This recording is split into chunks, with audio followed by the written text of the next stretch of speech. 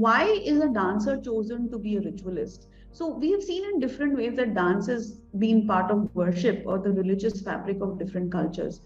You see, the thing is that the ritual performer becomes the very character, and I think movement aids that. Movement helps you because of this, the very nature of movement itself. It helps you to get into a state of an altered state of consciousness where you can become the character or the role you take on.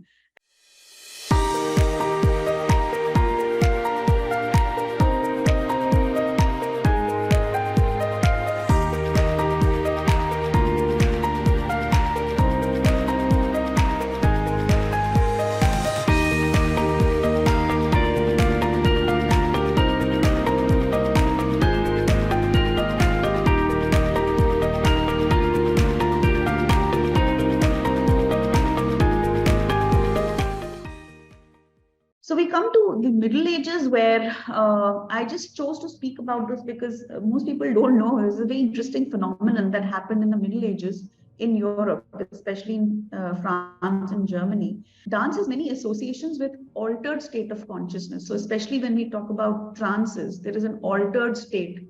And this connection of dance movement with an altered state of consciousness can be seen, especially in the trance rituals, which I've spoken of, which are used for curing or healing or getting rid of demons or spirits, etc.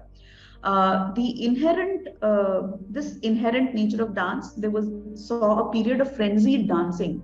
So this quality of dance brought about a frenzied state of dancing, which led to several deaths, and people actually died as a result of exhaustion of dancing over days and days, interestingly. And this period of dancing mania was actually seen among the Christian population residing in parts of, like I said, France and Germany. And there were several outbreaks of this epidemic. It was considered an epidemic which broke out between the 13th and the 17th centuries in these particular parts of Europe. This region was mainly around the Rhine Valley, and it saw two main spurts, 1374 and 1519. In the latter, many thousands died screaming salvation, saying the word salvation. People believed that the dancing frenzy was caused by a curse of Saint Vitus, and the people believed that by dancing they were seeking salvation from the saint. You can still see some of these, kind of movements and dancing, kind of like dancing and then falling in a lot of Christian communes even today. So here's a picture of the dancing mania in Europe, where people are just dancing, and for days together on end. So let's look at the relationship between Christianity and dance, and if dance was used in Christianity as a ritual. Yes, it was, interestingly enough. In the early years of Christianity, the religion, was in the thrall of its Greco-Roman predecessors. Obviously, we all know, I hope people know that historically, Christianity took roots from, obviously, took over from its Greek and Roman cultures. So in the initial years, it was still under the influence of those cultures. And so it continued to draw from those cultures, practices that came from the ancient Greek and Roman cultures. It's continued to draw from there.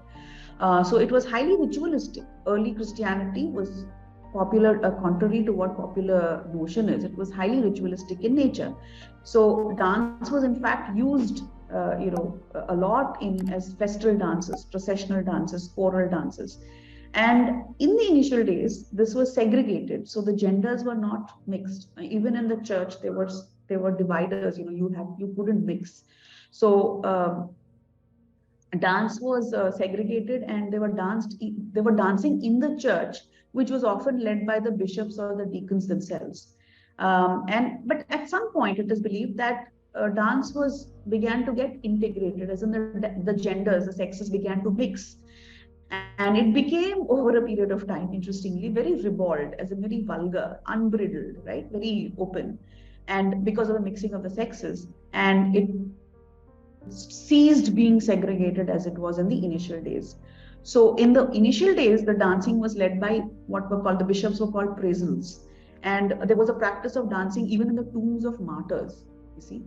In places like France, this tradition continued in Catholic countries like France, because England, as you all know, became Protestant, Anglican, I think Protestant after I think the 15th century or so. But this practice continued in France, and despite edicts being passed against it. So after a while, it became, the church, there were elements of people within the church who started opposing it, but the practice continued. In Limoges, which is a place in France, the deacons danced after Vespers, which is the evening prayers, and a dance called Bergeret used to be danced at the Church of Mary Magdalene in Besançon. There's a picture of Salome. I don't know if you're familiar with the story of Salome. It's a very interesting story, I think, in the Old Testament. And some amount of maybe choreophobia, as it's called, the hatred or dislike of dancing within Christianity, is attributed to Salome's story, where Salome is believed to have seduced King Herod, through her dance of the 7 veils, and which ultimately leads to his death. So the early Christians embraced dance as a form of imitation. So in the early years, like I said, the Christians were still influenced by their Greek and Roman predecessors.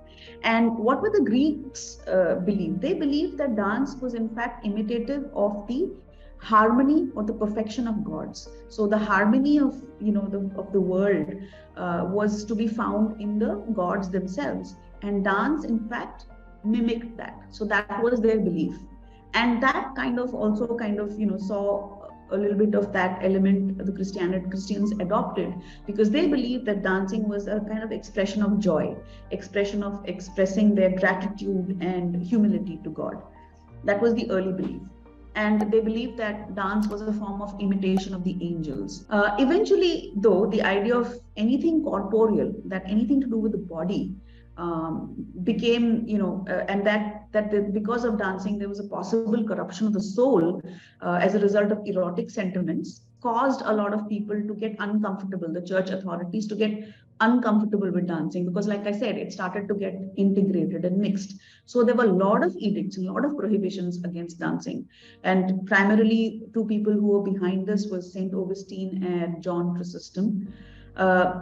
Like I said, the objection could have been because dancing became more secular and more unrestrained in nature. So, like I said, Salome and her story perhaps also had something to do with this fear of dance. We come to India.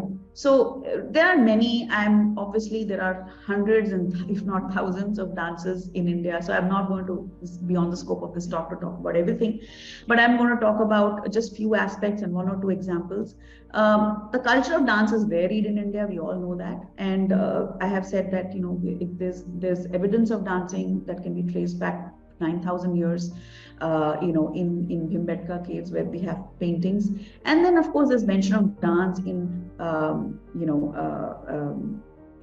our Puranas, in our Ramayana and Mahabharata. So there's a lot of, instances of mention of dance in our treatises and texts and Itihasa.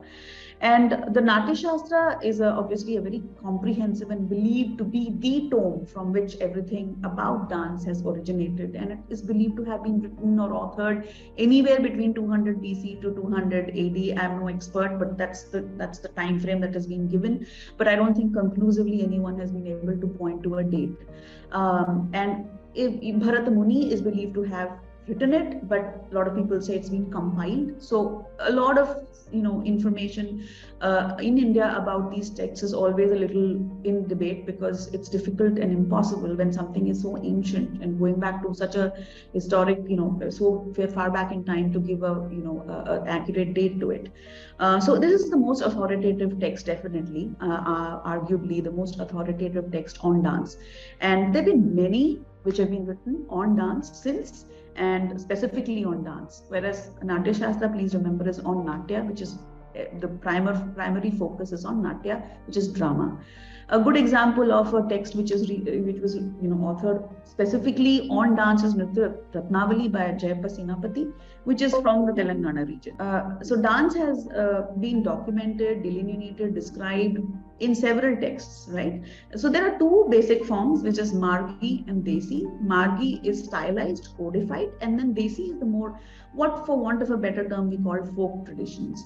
They're not codified. And ritual dances exist within the realm of both Desi and Margi. And the presence of a highly sophisticated system of Abhinaya is considered to be the pinnacle of high art and a distinguishing characteristic of Indian dance traditions. Abhinaya is expressive art. So I'm going to talk about Bonalu and Potharaju for today's, as an example for today's, discussion on ritual dance. So we just had a Bonalu recently. We celebrated Bonalu recently, and this is usually celebrated in the month of June, July, Ashadam, and the main tradition is you have, of course, the Jogini, who are the women, the female ritualists, but you also have the male ritualist, who's Potharaju, who is believed to be the brother of Mahankali. And there's a main temple, Ujjaini Mahankali in Secunderabad, and he's the protector of the seven sisters, who are all Grama Devatas. And this continues to this day. This ritual performer, Potharaju, usually belongs to a hereditary family. So it can't be that you select somebody randomly. Usually it has to be somebody who comes from that family. He's claimed. There has to be some signs. He has to be marked for that, playing that role, and is appointed by the temple authorities to be Potharaju for that year or that day. And women, of course, we know what Bonalu is. I'm sure women from Telangana know what that is, carrying food for the goddess. And there are huge processions accompany Potharaju as he makes his way to the temple, all the while dancing, whipping himself, and he carries this whip, right? And to be whipped by him is considered to be a blessing. Potharaju is believed to be a form of Vishnu. And he has to wear bells. So remember, bells are very important. Why would he wear bells if there's no element of movement in it? So definitely there is some movement, there is rhythm, and there are drums. There is a marked modernization of music and dancing today, which is associated with all these rituals, unfortunately. The Tilmar, there's a lot of DJ music these days. Well, that's the commercialization that has come about. It has become highly popular. Bonalu festivities have become extremely popular, which is a good thing, but there's a bit of a negative side to it too, but I'm not going to discuss that today. So the ritual also includes a process called Rangam, where a female oracle becomes possessed. So very similar to the trances that we spoke about, the Stambali and the other rituals that we spoke about just a few minutes ago, and dances in a trance. She also gets into a trance-like state, and as an oracle, she makes predictions for the future. So again, an altered state of consciousness, which has been induced by movement. And so let's take another example of Kavadi Attam. Kavadi Attam is again a ritual dance performed only by men. It is dedicated to Lord Murugan in the state of Tamil Nadu. And here, again, a different element. There's a Kavadi. Kavadi is like a burden, actually it means burden. And there's a bamboo stick which is balanced on the head by the ritual performers. And they have two pails at either side, which carries flowers, turmerics, etc., and as offerings to the god Murugan. And it originated in the town of Palani, and it's danced in a festival called Thaipusam. And there is, of course, dancing involved. There is, again, men wear bells around their feet. There's drums, so there's movement, coordinated movement and steps to the beat of the drums.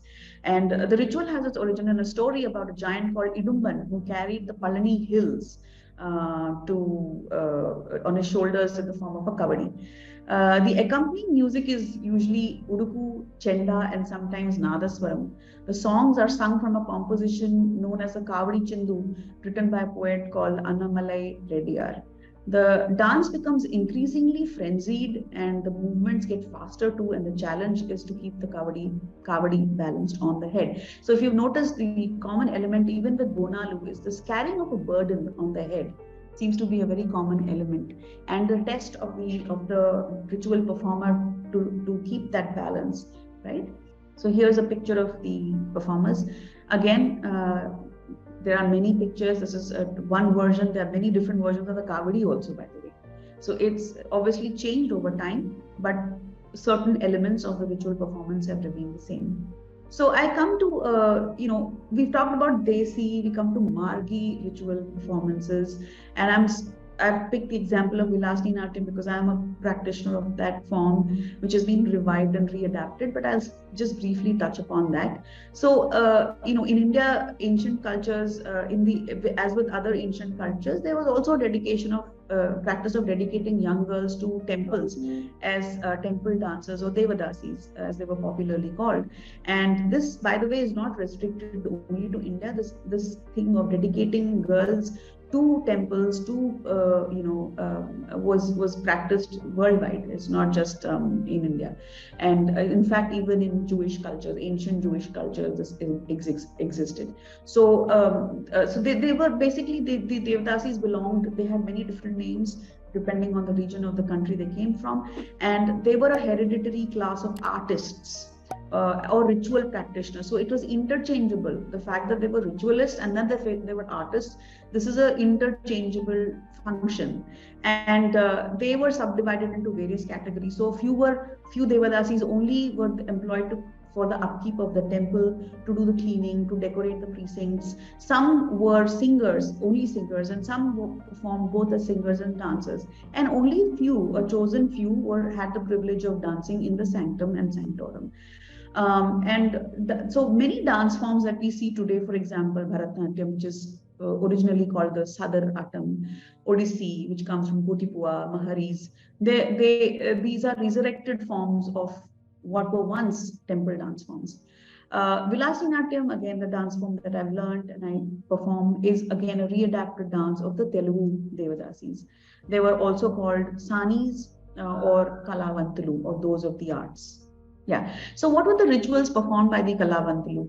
So, it's interesting. The Devadasi or the Sani literally was a mistress of the temple. So that is a role. That's where she becomes not a performer, but a ritualist, right? Exactly. Devadasi were called Maharis. So, like I said, different parts of the country, they had different names.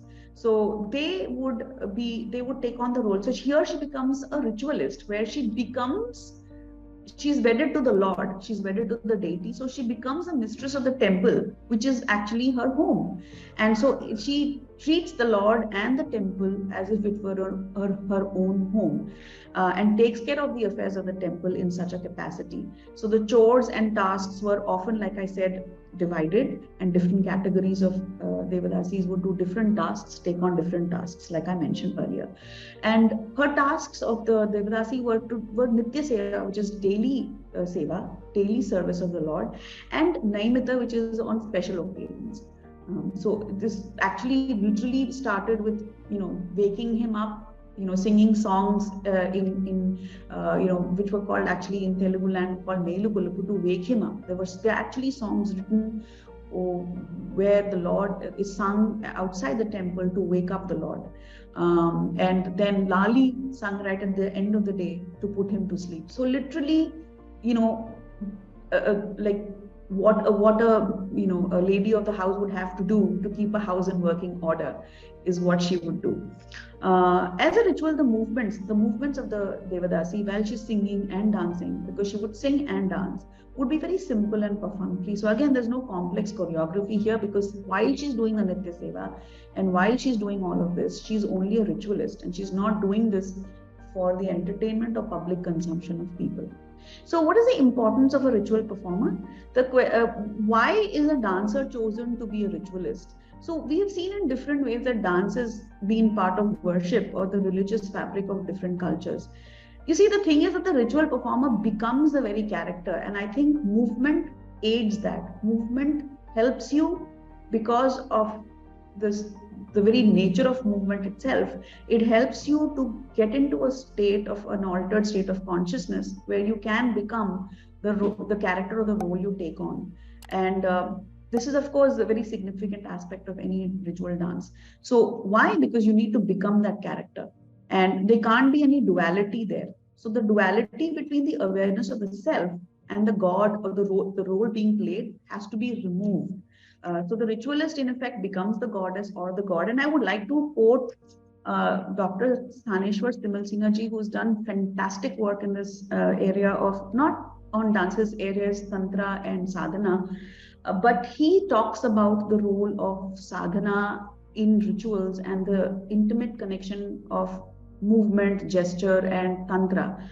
So, inactive modes of expression, gesture, or ritual participation capture a breach of dichotomy inherent in the course of representation. No boundary between internal or experienced world and the world of external realities exists. So, it is to remove that boundary completely, and that is why dance is such an important aspect of creating that space or that state of consciousness. In India, there has been various forms of yoga. You have yoga essentially means, India art is considered to be a form of yoga, and yoga essentially means union. So yoga also requires a high level of concentration because of this. So also is the case with art. So yoga is not like today. Yoga has become like, you put on, headphones and you're doing some asanas. That's not yoga. Yoga requires a high level of concentration, and so is the case with art. Ananda Kumaraswamy says that art and religion bring about a similar experience, a view that has been held by other people from other countries like William Blake, who was a poet, Schiller, Schopenhauer, etc. In fact, we have two forms of worship. We have upasana and sadhana, where upasana may be considered as a devotional offering, like a worship, right, of a particular bhakti for a particular god or deity you're fond of. And sadhana is slightly more, is a higher level where there's dhyana involved, it's a more evolved practice. And Indian art actually combines the two. There is upasana and there is sadhana intricately woven into the practice itself. So dance by its very nature creates a field of energy or a sort of sacred imaginary architecture that is by itself a ritual space. The idea of ritual in India is not necessarily connected with the people think that only temples. No, temples are not the only places where we think of it as rituals being connected to that space. But any consecrated space, that's why it could be a rock, it could be an idol, it could be a water body, tree, anything which is consecrated. And that consecration can happen with sound, can happen with movement, through mantra chanting, through singing, orchestral music, mudra, abhinaya, etc. Yeah. So just to wrap up, there's a very interesting paper that I found by Rekha Tandon, who talks about the symbiotic relationship between dance and yogic chakras, and she talks about how when as a dancer you are constantly using the body to mark out various geometric patterns and configurations, which can be considered yantras actually. And yantras are consecrated spaces. So these tend to trigger the chakras in the body, and that is what she posits in her paper. And again, I cite Saneshwar Simalsinaji, who's done prodigious work in this area, connecting gestures and representation in tantric sadhana, and saying that shapes and phonemes are extremely important in tantric worship. So that is why dance is also a form of sadhana, kind of like a tantric sadhana. And triggering or awakening these chakras, as we all know, is one of the core principles of tantric worship practices. Triggering these chakras enables a mind. So why is it important? Because it enables a mind or the ego to lose its sense of individual identity and merge with the higher self, or what we call the Brahman or existential seer. As Tendon mentions, the idea of using the tools of tantric worship within the sphere of dance enables a body to be embodied inside out. So this is the idea. So this is what the reason why dance is so important in ritual performances. Interestingly, there is a practice among the Ikung tribe of the Bushmen of Africa, who also practice a sort of trance-induced dance, which they believe leads to a state of ikya, which is very similar to the practice of Kundalini yoga or the tantric sadhana mentioned, which I've talked about earlier, which helps one achieve a state of supreme consciousness. The Ikung, in fact, call this energy lung, which they say is located in the lower regions of the stomach, for us the spine, and it rises up the body through the spine, which is not different from the Kundalini, like an electric current. That's what they believe. So this practice is common, like I said, it's not just in India, but it was in most pre-Abrahamic cultures. This was a common belief.